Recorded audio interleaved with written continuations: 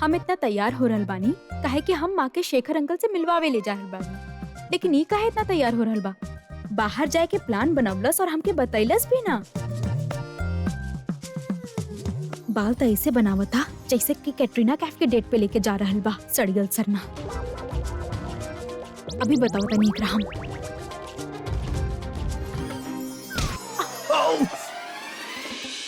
तू कर रहल बाड़ू ट्विंकल, 2 मिनट रुक ना सकेलू? काहे रुकी 2 मिनट? इतना देर से मिरर से चिपकल बाड़ा, हमके भी तो रेडी होके के बा। बस ताड़त रही 1.5 घंटा खुद के। एक्सक्यूज मी, का बोल रहा तू? कुछ ना, तू रेडी होकर ना, हमके वैसे भी शीशा देखे की जरूरत नहीं है। I look good.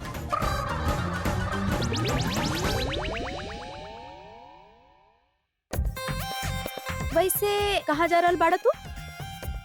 बाहर खाना खाए जा रहल बानी। हाँ, जैसे घर पे तो खाना बनल बंद हो गइल बा। सॉरी, कुछ कहलू तू? ना ना, केकरा साथ जा रहल बाड़ा बाहर?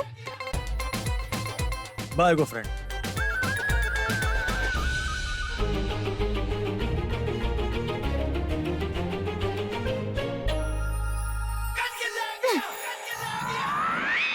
फ्रेंड के साथ जा रहल बाड़ा? सब पता बा हमके कौन सा फ्रेंड बा। माया के साथ बाहर जा रहल बाड़ा? झूठ बोल बा हमरा से। हाँ हाँ, इतना देर शीशा देखला से ना शक्ल बदल ना जाए। वैसे नहीं का वैसे नहीं रही, समझ लो। वैसे तू कहाँ जा रहल बाड़ू उतना रेडी होके? हम भी बाहर जा रहल बानी एगो फ्रेंड के साथ। ओके कूल, बाय। देख के चला यार। बाबा जी कैसन पति बा हमार। एक बार पूछलस ना कौन सा दोस्त केकर दोस्त, एक कोनो फर्क ना पड़ेला। नॉट फेयर ना बाबा जी। तू पहले हमके बता तो सही, तू हमके केकरा से मिलावे आइल बिया? के बा ओ पुत्र? आप आई त उहो पता चल जाई। आप बैठी। अरे पुत्र, ई तो बतावा जेकरा से मिले के बा वो कहाँ बा? अभी तक आइल काहे ना? आप बैठी तो सही, उहो अभी पता चल जाई। अच्छा आप पानी उनी पी, हम 2 मिनट में आवत। अरे पर कहाँ जा रहल बाड़ू तू? अरे आप बैठी ना, हम 2 मिनट में आ रहल बानी। ओके माँ, जस्ट रिलैक्स। हे भगवान, पता नहीं लेखी के दिमाग में का फितूर चलत रहेला।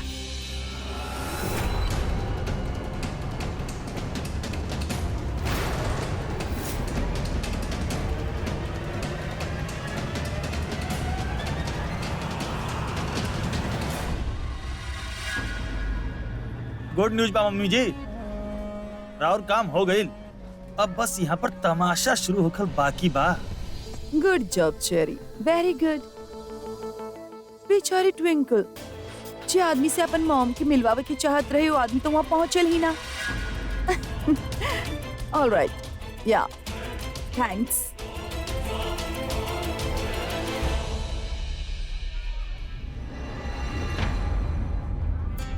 आप ट्विंकल,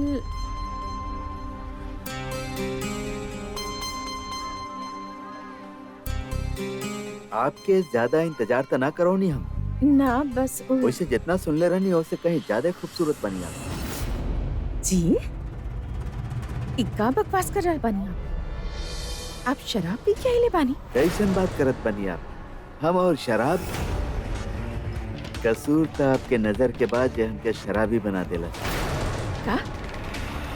के बानी आप? हम कुछ नहीं, आप के बानी? आप इतना शर्मा कह रहल बानी। वैसे अच्छा बा अभी ये शर्मा जाई, काहे कि शादी के बाद तो इक्का बकवास कर रहे बानी आप। आपके यहाँ के भेजलस? आपके बेटी आपके बतौलस ना, हुए हमके यहाँ भेजले बिया आपसे आपके शादी के बाद करे खातिर। वो चाहत बिया आपके दोबारा हमरा से शादी हो जाए। बंद करो अपन बेहुदा बात। आपके होश भी बाप का कर रहल बानी? हमार बेटी के नाम लेके अनाप शनाप के जा रहल बानी। वैसे तो हमके आप पसंद बनी, बस आपके हाँ के देर बा। आप हाँ कर दी तो डेट फिक्स कर दे। वैसे आपके बेटी भी ये चाहत दिया। What nonsense! अब बड़ा के आपके हिम्मत कैसे भइल हमके छुए के? आप जाने लगा हम के बानी, लीला तनेजा बानी हम। और कब से आप हमार बेटी के बारे में अनाप शनाप झूठ बोले जा रहल बड़ा? चले जाए यहाँ से। Get out of here! माँ, रुआ यहाँ? ओ तेरी, कुंजी यहाँ पर कहाँ से आ गई? अगर ये हमके देख लेलस ना, तब पूरा खेल खराब हो जाए। इससे पहले कि हमार तमाशा बन जाए, हमके यहाँ से निकल जाए के चाहिए। ये आदमी के बा? कुंज पुत्र, पता ना ये आदमी के बा, शराब पी के आइल बा और यहाँ पे तमाशा क्रिएट कर रहल बा और हमरे साथ उठ पटांग हरकत कर रहल बड़ाई। चलो उठो यहाँ से, उठो। परेशान करबा हमरा माँ के। हाँ, के बड़ा तू? एक मिनट, हमके इनकर बेटी यहाँ भेज ले बिया। वो चाहत बिया कि ओकर माँ के दोबारा शादी हो जाए। आप चाहे तो इनकर बेटी से पूछ ली। What? ट्विंकल?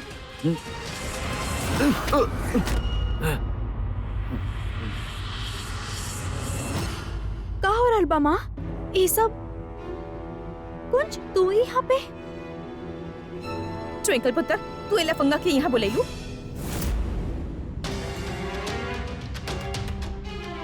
हमके ना पता ये आदमी के बा, हम एकरा के ना जाने ले। हम तो यहाँ शेखर अंकल के बुलावले रहनी माँ, ताकि वो आपसे मिल के आपसे शादी के बात कर सके। एक मिनट, तू माँ के यहाँ ऐसे ले लू ताकि तू कोनो भी आदमी से उनके मिलावा और उस शादी के बात कर सके, और तू माँ के बताओ भी जरूरी ना समझ लू। हाँ, हम बुलावले रहनी केहू के, लेकिन हम शेखर अंकल के बुलावले रहनी, लेकिन ये शेखर अंकल ना बाड़े। तू पागल हो गई बड़ू, दिमाग खराब हो गई बताओ ट्विंकल। हम शेखर अंकल के कॉल करता नहीं। The number you have called is currently switched off. Phone बंद आ रहल बा। तो अगर जरा सा भी हमारा ख्याल बना तब बस करा। आज खातिर काफी कर ले लू तू। मारा हुआ चली हमारा साथ, चली यहाँ से।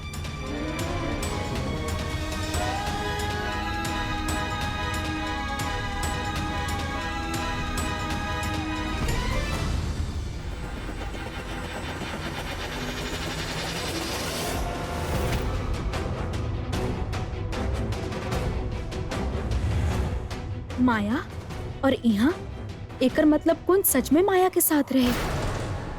कब तुम्हारी बचपना खत्म होगी ट्विंकल? तो के कोनो आइडिया भी बा कि माँ के काका झेले के पड़ल आज तोहरा वजह से? कुंज हमारी यकीन करा, हमके ना पता कि वो आदमी के रहे। हम तो वहाँ शेखर अंकल के बुलावले रहनी, and trust me Shekhar uncle बहुत अच्छा बाड़े।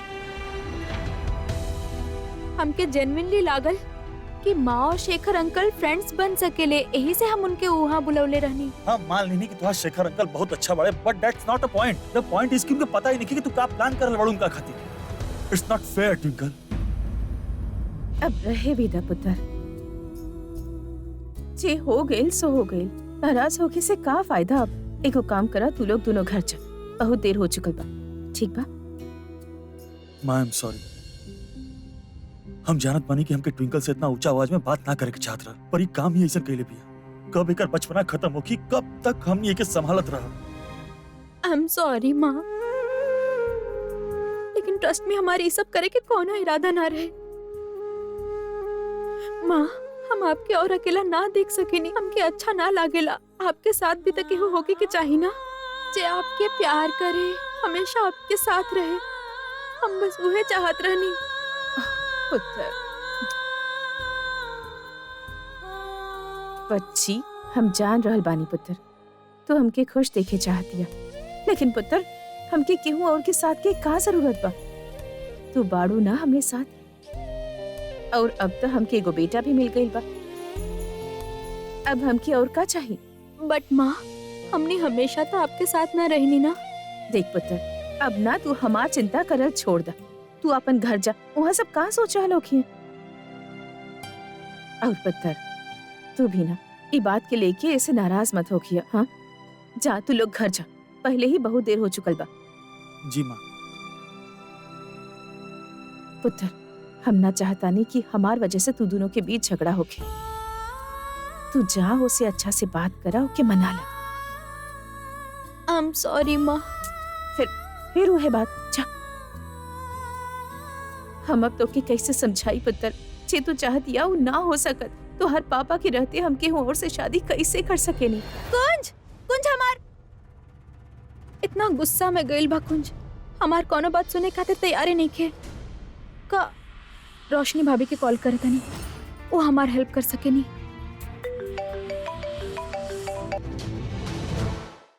हेलो हेलो रोशनी भाभी, भाभी हमके आपके को हेल्प चाहिए।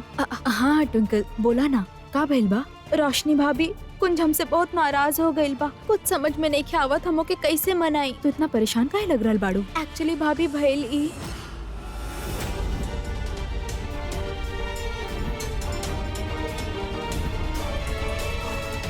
ओ गॉड ट्विंकल, भाभी कुंजर हमके लागेला कि आप और सेठ भैया एकदम परफेक्ट कपल बानी। हर शादीशुदा पति पत्नी के ऐसे ही होके के चाहिए। एक खातिर हम आपसे बात करे चाहत रहनी।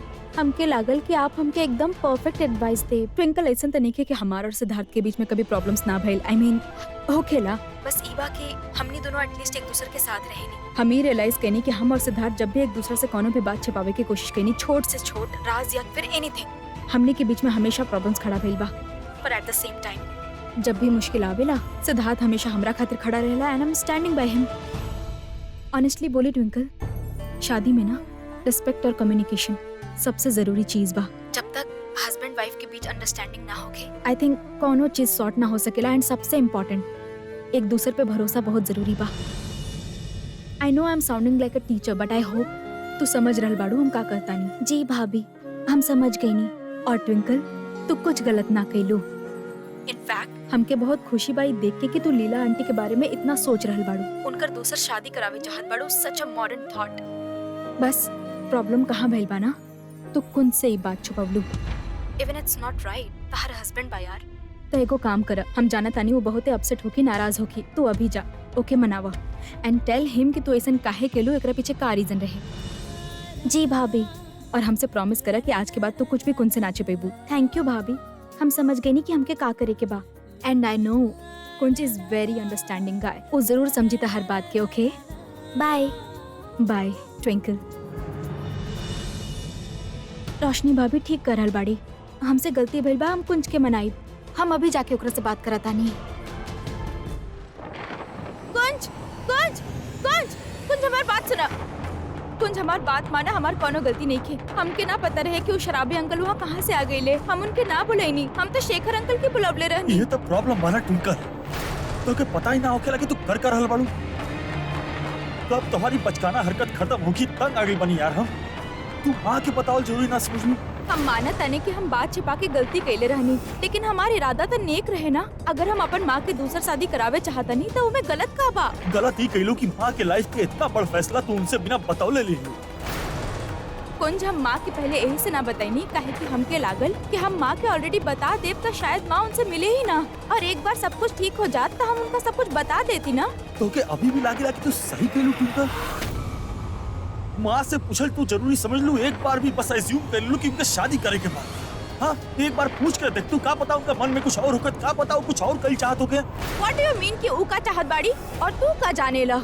हम उनकर बेटी बानी कुंज, हम उनकरा के देख ले बानी सैक्रिफाइस करत, हम देख ले बानी उनकर अकेलापन। यही से हम उनकर दूसरा शादी करावे चाहता नहीं। हम चाहता नहीं कि हमार माँ के खो गई खुशी दोबारा लौट आए और अनीता आंटी जैसे लोग हमार माँ के अकेलापन के फायदा उठा के दोबारा उनकर बेइज्जती ना कर सके। और वो आंटी अंकल जैसे लोग, वो कौन सा कम बाड़े। हम वो आंटी अंकल जैसे लोगन से अपन माँ के प्रोटेक्ट करे चाहता नहीं, समझला तू। एक मिनट, में आरती अंकल बीच में कहाँ से आ गई? वो आरती अंकल के वजह से ही हमार माँ पे इतना घटिया इल्जाम लागल बा। हमार माँ के इतना बदनामी होत रहे, लेकिन वो आदमी के मुँह से एक शब्द ना निकलल। मतलब तू कहल का चाहत बड़ू ट्विंकल? मतलब ई कि हम उस दिन चेरी भैया के देखनी आरती अंकल के साथ रेस्टोरेंट में। चेरी भैया इतना गंदा गंदा बात हमार माँ के बारे में बोलत रहे, लेकिन वो आदमी एक शब्द ना बोलत रहे। ओकरा बाद हम एक दिन सड़क पे भी देखनी, वो हमार माँ के साथ सड़क पे जबरदस्ती करे के कोशिश करत रहे। हमके कुछ सुनाई ना देलस, लेकिन हमके पता बाकी वो आदमी घटिया इंसान बाड़े। तो के कोनो मिसअंडरस्टैंडिंग भइल बा ट्विंकल। का पता वो चेरी भैया के जवाब देवे वाला रहे और तू वो वक्त वहाँ आ गिलू। कुछ भी हो सकेला ना मतलब। और रहल बात और रोड के, तो तू खुद कहलू ना कि तू कुछ सुनलू ना, तो तोके कैसे पता कि माँ से वो का बात कर रहल बाड़े? I don't believe this, कुंज। हमके एगो बात समझ में ना आ रहल बा कि तू आदमी के साइड काहे ले रहल बाड़ा। वो औरत के जे वो आदमी के इतना हेल्प कैलस और वो औरत जे तहार भी माँ के समान बाड़ी, वो औरत के इतना घटिया बात सुने के पड़ल सिर्फ और सिर्फ वो आदमी की वजह से। वो आदमी सिर्फ हमार माँ के फायदा उठा रहल बा और एक बार ना 2 बार देखनी हम वो आदमी के। वो आदमी एक नंबर के मतलब ही घटिया और गिरल इंसान बा। तू कब बस कराऊ तोहर?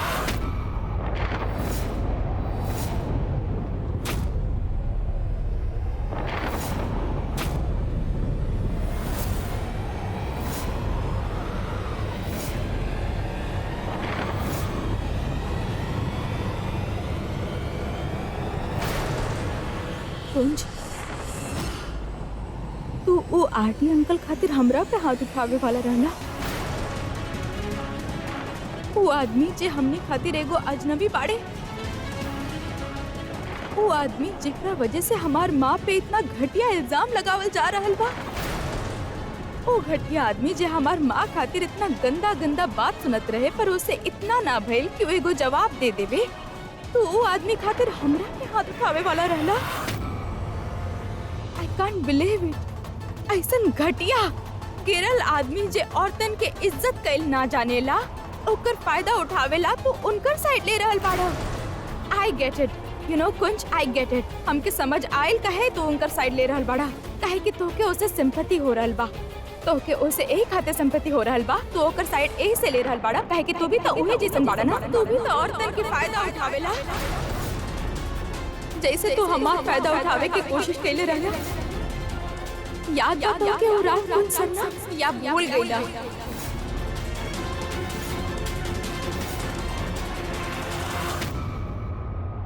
सब याद बा, और आज जौन भी भई रहल ना सब अच्छा से याद बा। एगो इल्जाम जौन लगौले रहलू ना तू हम पे, सब याद बा। हम कहत रहनी सबके कि हम कुछ नहीं कैले, हम कुछ नहीं कैले, केहू हमार बात ना सुनलस। एक पल खातिर भी हम नहीं भूलल उस रात ट्विंकल।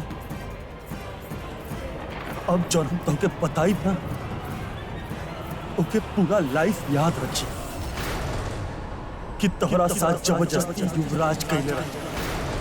डिटेल चाहिए? हाँ, बार में अपन जैकेट भूल गई रहनी। हमार जैकेट पहन के युवराज वो फार्म हाउस में आयल, तोहके मिसगाइड कैलस, तोहके रूम में लेके गई और फिर तोहरा साथे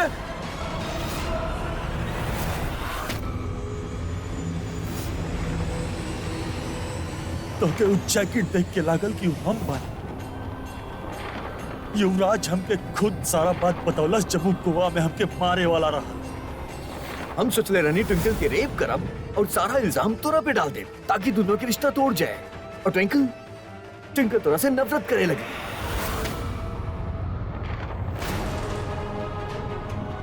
हम बतावल चाहत रहनी तोके, पर ओकर वो बच्चा वाला नाटक शुरू हो गई। और जब हम सोचनी कि वो ठीक हो जाई तो सबके सब बता दे, तब तक वो भाग गई ट्विंकल। वो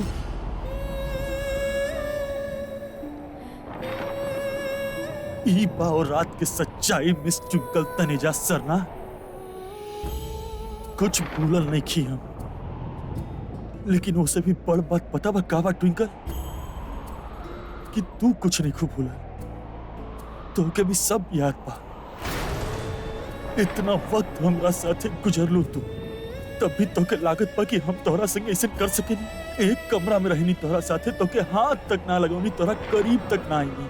जौन हद रहल ओके बरकरार रखनी, ओके पार ना कईनी, तब भी तोके लागेला कि हम ऐसे कर सकेनी। अगर औरतन की इज्जत ना करती ना, तोहार इज्जत ना करती ना, तो वो हद के पार कर चुकल होती, समझ लो। इतना सब होखला के बाद भी तोके लागत रहल कि हम ऐसे कर सके नहीं, तब तो बातें खत्म हो गई। कहे कि बात तक ट्रस्ट के बाना ट्विंकल, और तू तो पूरा उम्र हमरा पर ट्रस्ट ही ना कर पेबू। तो ई शादी का बा है शादी में? हाँ, ना भरोसा, ना प्यार, ना दोस्ती, का बा सिर्फ और सिर्फ टशन। हमके नहीं के पता ट्विंकल हमनी के फ्यूचर का बा, कैसे हम निभाई भी शादी, पता ना यार, नहीं के पता, हमके नहीं के पता।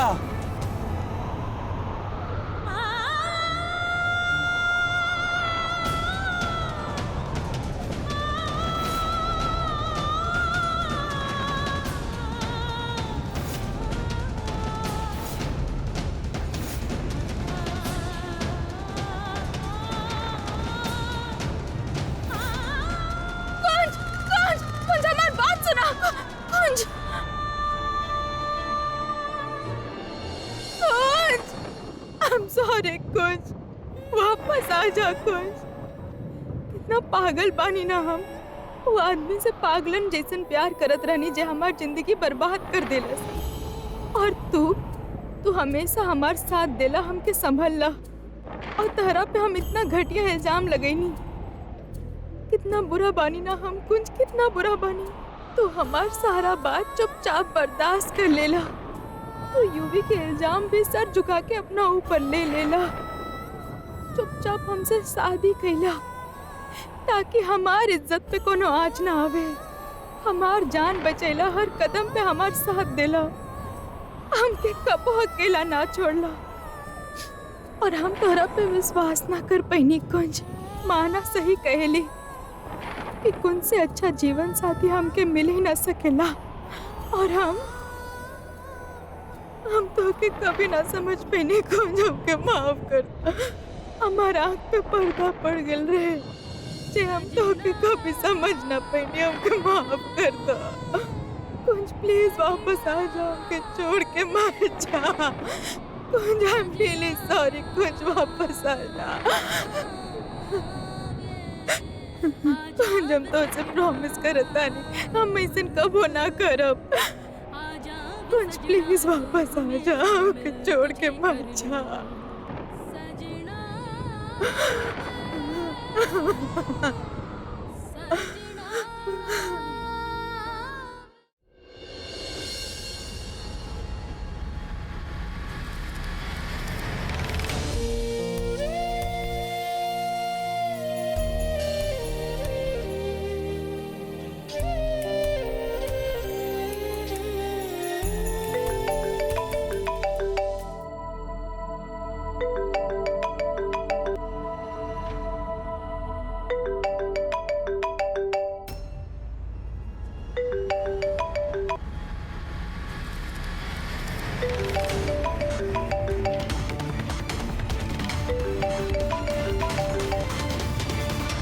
अब बार बार हमके फोन करके परेशान काहे कर रहल बानी? लीला प्लीज हमके माफ कर दा।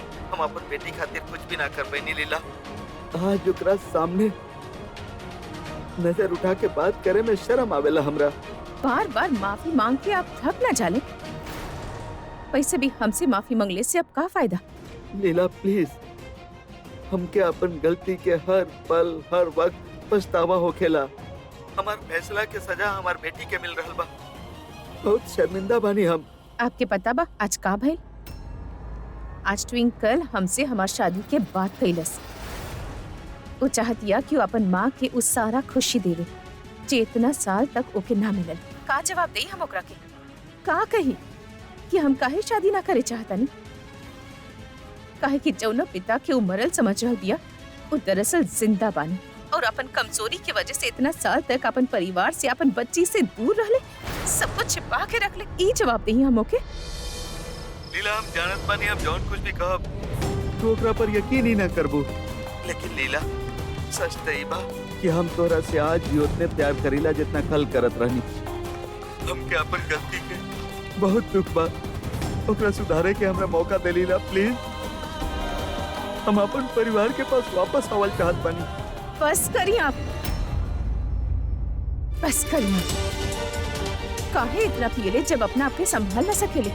हम लीला हम अब हमके और कुछ ना सुने के बाद हो सके तो अपन ई पिया बंद कर दे। आपके उम्र हो चुकल बा, अब आपके अपन ख्याल खुदे रखे के होगी। कह की केहू और तबाह ना।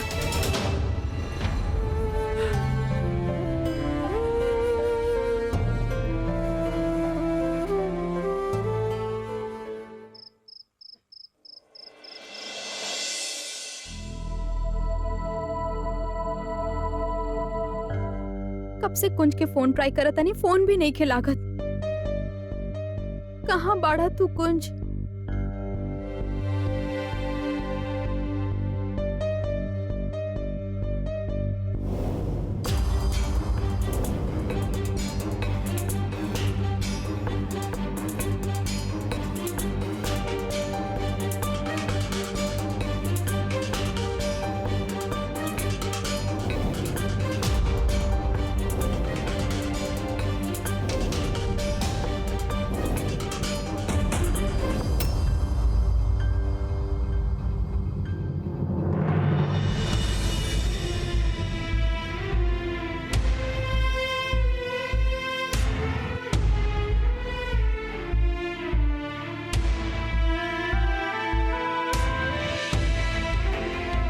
ट्विंकल हम तोके कैसे बताएं कि आरटी अंकल ही तोहर पापा वाले। बस सबके माँ से बात करके होगी और ट्विंकल के सब सच बताऊं क्योंकि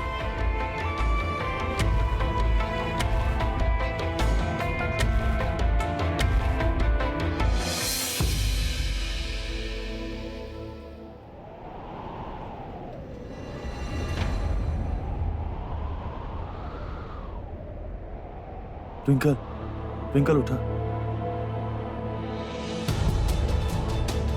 कुंज,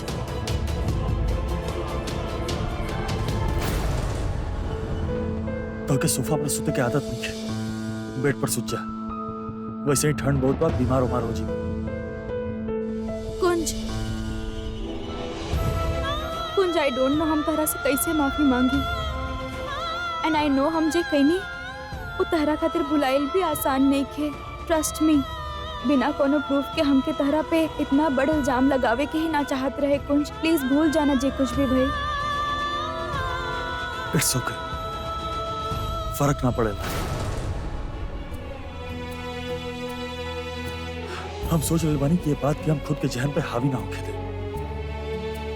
सोच रहे कि सब बात भुलाकर पूरा ईमानदारी से शादीशुदा जिंदगी निभाई, पर तू फिर से ही बात करके एहसास दिला दिलो हमके कि ट्रस्ट ना कर ले तू हम पे। ऐसन बात नहीं खे कुंज, हम तहरा पे खुद से ज्यादा ही यकीन करेनी। और ये बात तू जाने ला, हमके पुराना बात ऐसे ना दोहरावे के चाहत रहे। I am sorry. बात पुराना जरूर रहा ट्विंकल, पर तो के याद रहा, यही से तू हमके हर्ट करे खातिर टॉपिक उठा लो। कुंज, हम पागल बानी, हम एकदम इडियट बानी, स्टूपिड बानी। हमके कुछ पता नहीं कि कहाँ कहाँ बोले के बा, हम कुछ भी बोले नहीं। प्लीज हमके माफ कर दो। इट्स ओके ट्विंकल, प्रॉब्लम हमार बा, कुछ ज्यादा ही सेंसिटिव बानी, हर्ट हो जाने बहुत जल्दी। आई एम सॉरी कुंज।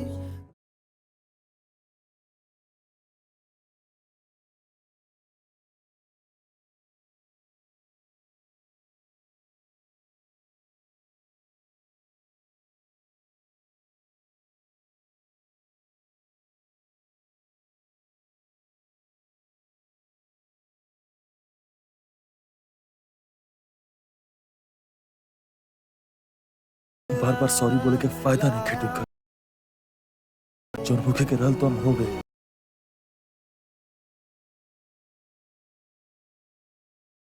आई एम रियली सॉरी,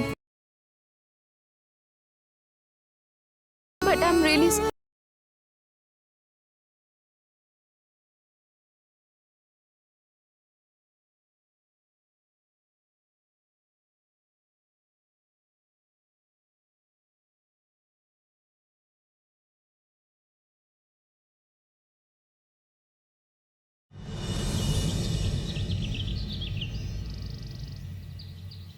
का तू चाहत बा कि हम ट्विंकल के ओकर पापा के बारे में सच बता दे?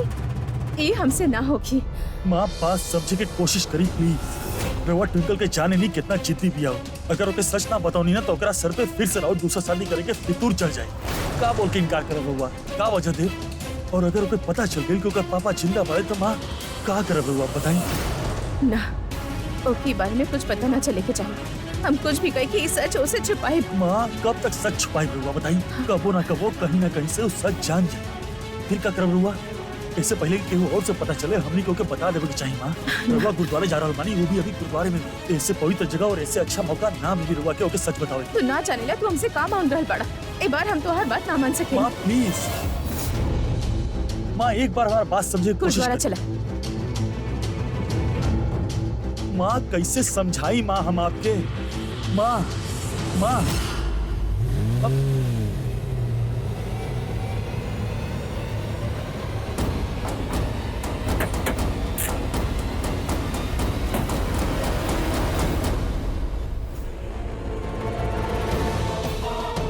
सासू और दामाद में का खिचड़ी पक रहल बा, पता तो लगावे के ही पड़ी।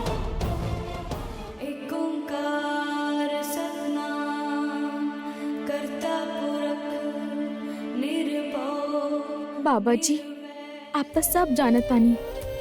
आपके पता बाना कि हम कितना कोशिश कर रहल बानी एगो अच्छा बेटी, अच्छा बीवी और अच्छा बहू बने की, लेकिन ना चाह के भी हमसे कभी कभी छोट छोट मिस्टेक्स हो जाला, जेकरा वजह से हमार और कुंज के रिश्ता सफर कर रहल बा। बाबा जी प्लीज अपन मेहर बनाए रखब, ताकि हमनी के रिश्ता में कोनो प्रॉब्लम ना आवे। माँ ना सच में हमरा खातिर बहुत अच्छा जीवन साथी चुनले बाड़ी। अब बस हमके आपके आशीर्वाद की जरूरत बा, ताकि हम इस शादी के अच्छा से निभा सकी।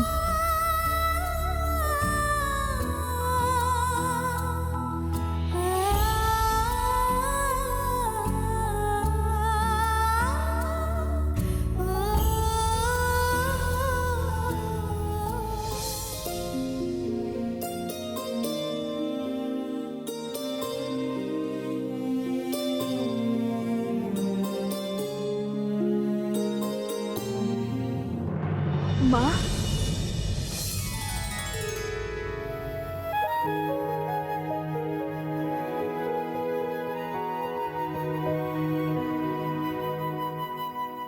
माँ आई एम रियली सॉरी कल रात खातिर प्लीज हमके माफ कर दी। कौनो बात ना पुत्र, हम समझ सकेनी और हमके इहो भी पता बा कि तोहार दिल बना बच्चा की तरह साफ बा। लेकिन हम ऐसा छोट छोट स्टूपिड गलती करत रहे नी ना माँ। लेकिन अब हम बाबा जी से बोल देले बानी, वो हमके ठीक कर दी है। झल्ली बिया तो झल्ली। पापा जी वाहेगुरु जी कहाँ बारे? अपना आसपास देखा, सब जगह वाहेगुरु जी ही बारे। चला माथा टेका और हाथ जोड़ के प्रार्थना करा। तो जौन भी मन में कहबू ना, वाहेगुरु जी सब पूरा करिए।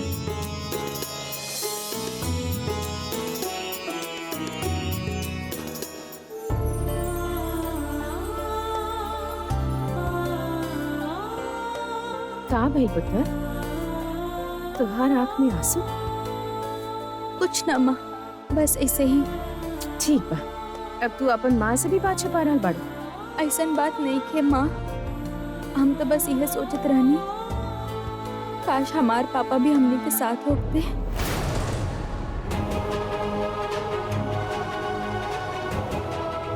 अगर वो होते तो आपके इतना प्रॉब्लम्स अकेला ना झेले के पड़त, इतना सैक्रिफाइसेस ना करे के पड़त। वो आपके ख्याल रखते, आपके संभालते।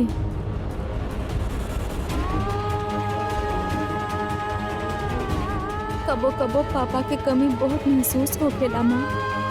अगर वो हमनी के साथ होते तो शायद हम मर्द सबसे ज्यादा समझ पाती, हम कुंज के अच्छा से समझ पाती।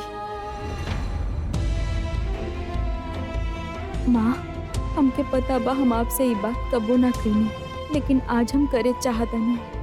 थैंक यू सो मच जे आप कुंज जैसन जीवन साथी हमरा खातिर चुननी।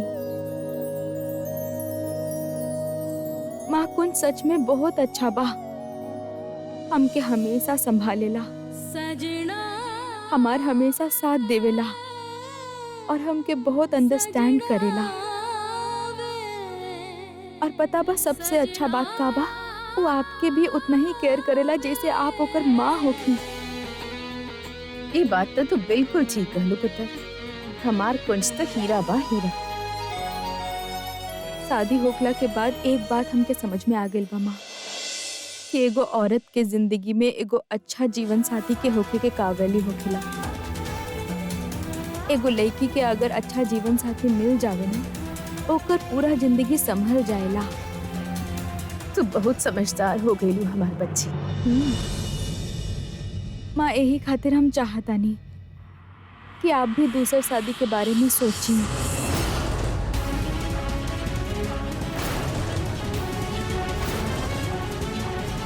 माँ आपके पूरा जिंदगी पड़ल बा, आप ओके अकेले काहे गुजारे चाहत बानी? आपके साथ भी तो कहीं होके के चाहिए ना, आपके ध्यान रखे वाला, आपसे प्यार करे वाला।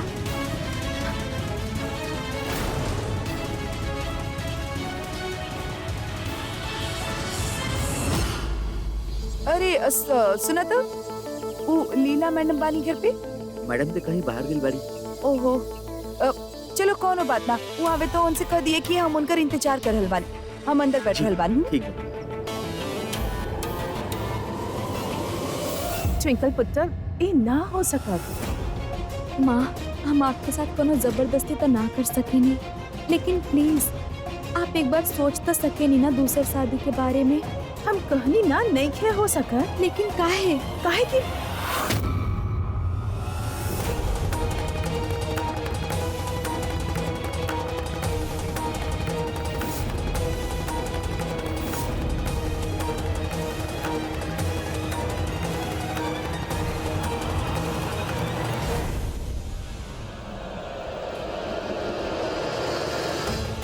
होखे ना होखे, ये आरती और लीला के कुछ ना कुछ तो कनेक्शन बा, जे ये दोनों केहू के ना बतावे चाहता है। पता तो लगावे के पड़ी। आई हैव टू फाइंड आउट। वो हम आप यहाँ पे भी आ गए नहीं? चाहत का बानी आप? हाँ काहे हमार माँ के पीछा करल बानी? हम कहनी ना आप दूर रही हमने से। ट्विंकल पुत्र, देखा यहाँ पर माँ ना- आप रुकी, हमके इनसे बात करे दी। काहे ऐसे स्टॉकर जैसन बिहेव करल बानी? बेटा हम तो प्लीज, हम कोनो आपके बेटी उटी ना बानी, हमके बेटा उटा मत बोलिए आप, समझनी आप? हम आपके लास्ट टाइम वार्न कर रहल बानी और बहुत तमीज से बोल रहल बानी, हमार माँ से बिल्कुल दूर रही, समझनी आप?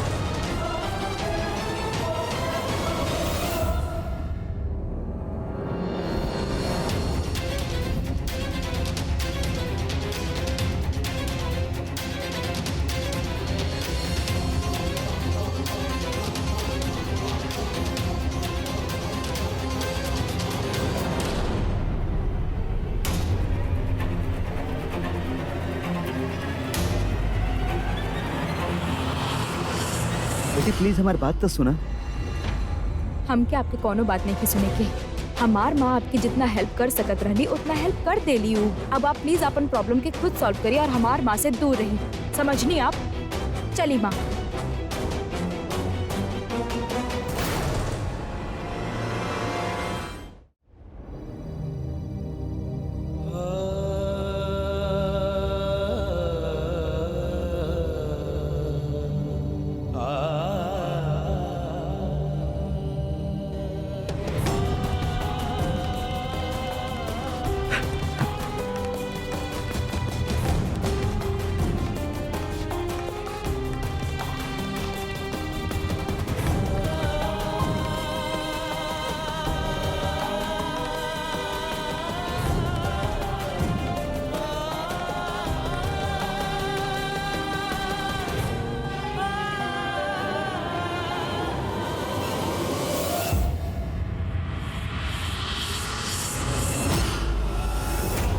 कहाँ से कहाँ ढूंढी?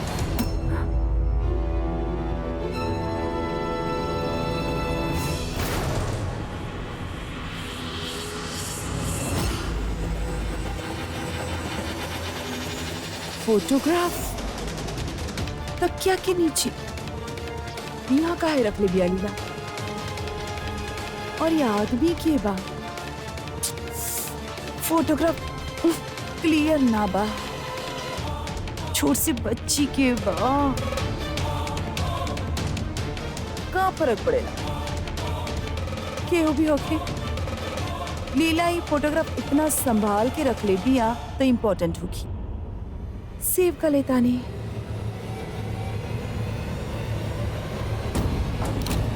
Thank you.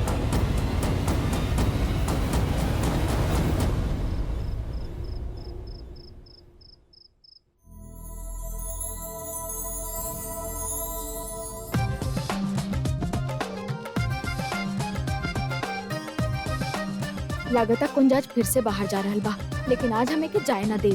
कुंज, आज हम तो के कहीं बाहर ना जाए देव। आज तो के घर पे ही रह के पड़ी और हमरा साथ डिनर करे के पड़ी। ना ना ना, तो कुछ मत बोला, बस हमारी बात सुना। आज हम अपन हाथ से खाना बनेले बानी, आज हमने दोनों घर पे बैठ के अच्छा से डिनर कर जाए। कुंज जिद मत करा प्लीज, आज हमने दोनों साथ में खाना खाए। तो ऐसे रोज रोज बाहर जाके खाना ना खा सकेला। ऐसे रोज रोज बाहर खाना खैला से तबीयत खराब हो जाए ना, ठीक बा? हो गई? हाँ अब हम बोली बोला। तो से के कहलस कि हम बाहर चलता। तब फिर तू अपन ही शूज काहे पॉलिश कर रहल बाड़ा? कल सवेरे खातिर कर रहल बानी। अच्छा, हमके लागल कि ये तो प्रॉब्लम बा ट्विंकल की तोके लागल, हाँ? तोके कुछ ज्यादा ही लागेला और समझ में उतने कम आवेला। कबो दूसरा के भी ना बात सुन लिया कर, हमेशा अपन मनमानी करेलू।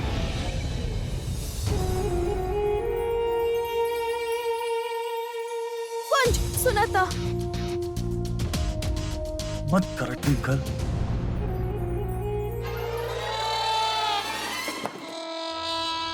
ओह नो, कुंज अगर अभी अपन फेस देखलस तो ओकरा के लगी कि हम जानबूझ के ओकरा मुंह पे पॉलिश लगा देनी। कुंज कुंज कुंज सुनो ना, कुंज तू अभी भी हमसे नाराज पड़ा का? देखा, हमके कल के बारे में कोनो बात नहीं करेंगे। हमके तो करे के बाना। हम कहानी कुंज हम ऐसे थोड़े तो के अपना आप से नाराज होके दे सके नहीं बाना। कहानी ना, जस्ट लेट इट बी। कुंज सुना ना। ट्विंकल तू कई का चाहत बाड़ू? कुंज हम का करे चाह रहल बानी? It's so obvious. कुंज हम तो से सॉरी बोले चाह रहल बानी। कुंज, हम ना बहुत बुरा इंसान बानी, बहुत बुरा बानी ना हम। हाँ, हम हमेशा तो से झगड़ा करत रहे नी, और तू कितना अच्छा बाड़ा ना तू, और हम बहुत बुरा बानी बा ना। What's going on? हाँ, जब तू ऐसा हरकत करेलू ना तो शक होखेला हमके कि तोरा दिमाग में का चल रहल बा। तू बार-बार हमरा गाल पे हाथ काहे लगा रहल बाड़ू? पागल हो गइल बाड़ू?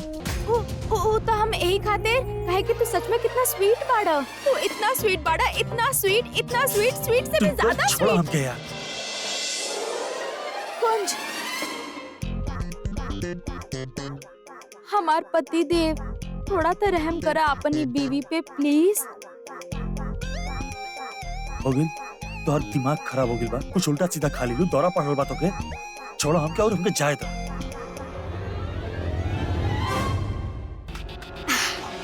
एटलीस्ट मिशन बूट पॉलिश साफ करा सक्सेसफुल। और कुंज, तू ना सच्ची में बहुत स्वीट बाड़ा, सीरियसली वेरी स्वीट। माँ,